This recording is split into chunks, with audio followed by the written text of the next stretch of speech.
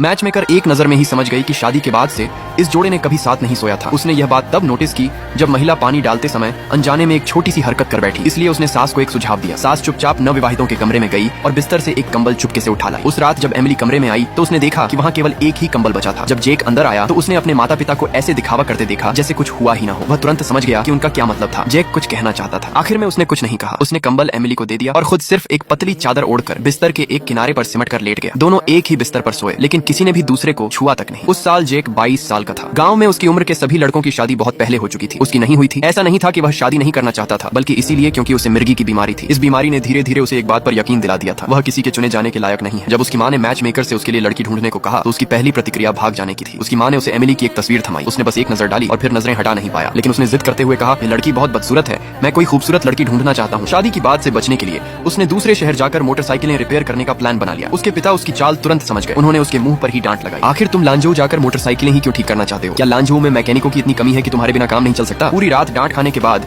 Jack एक बार उससे मिलने के लिए तैयार हो गया, लेकिन उसके दिल में योजना साफ थी। एमिली उसे इस हालत में कभी पसंद नहीं करेगी। एक बार मिल लेना ही उसके माता पिता को संतुष्ट करने के लिए काफी होगा। वहाँ एक स्थानीय रिवाज था। पहली मुलाकात में लड़के को लड़की के लिए कपड़े खरीदने होते थे। अगर लड़की उन्हें पहन लेती तो इसका मतलब होता कि उसने शादी स्वीकार कर ली है। एमिली की भाभी ने एक लाल चमड़े की जैकेट चुनी। जेक की बहन तुरंत घबरा गई। 2000, अगर यह शुद्ध सोने की बनी होती तो भी इससे सस्ती पड़ती। जेक ने उसे सुधारा, 2000 नहीं 1800। उसकी बहन बोली, क्या फर्क पड़ता है? एमिली को भी वह बहुत महंगी लगी। वह जैकेट उतार कर वापस करना चाहती थी। उसकी भाभी ने उसे समझाया, अच्छी क्वालिटी की चीज पर पैसा खर्च करना सही होता है। 10 सस्ते कपड़े भी एक अच्छे कपड़े की बराबरी नहीं कर सकते। जेक की बहन फिर कुछ कहना चाहती थी, लेकिन जेक ने उसे रोक दिया। एमिली ने लाल जैकेट पहन ली। उसे पहनने का मतलब था कि उसने शादी स्वीकार कर ली है। जेक ने कभी नहीं सोचा था कि एमिली उसे ठुकराएगी नहीं। दोनों केवल एक बार अपने माता पिता की व्यवस्था के तहत मिले थे और फिर उनकी शादी हो गई।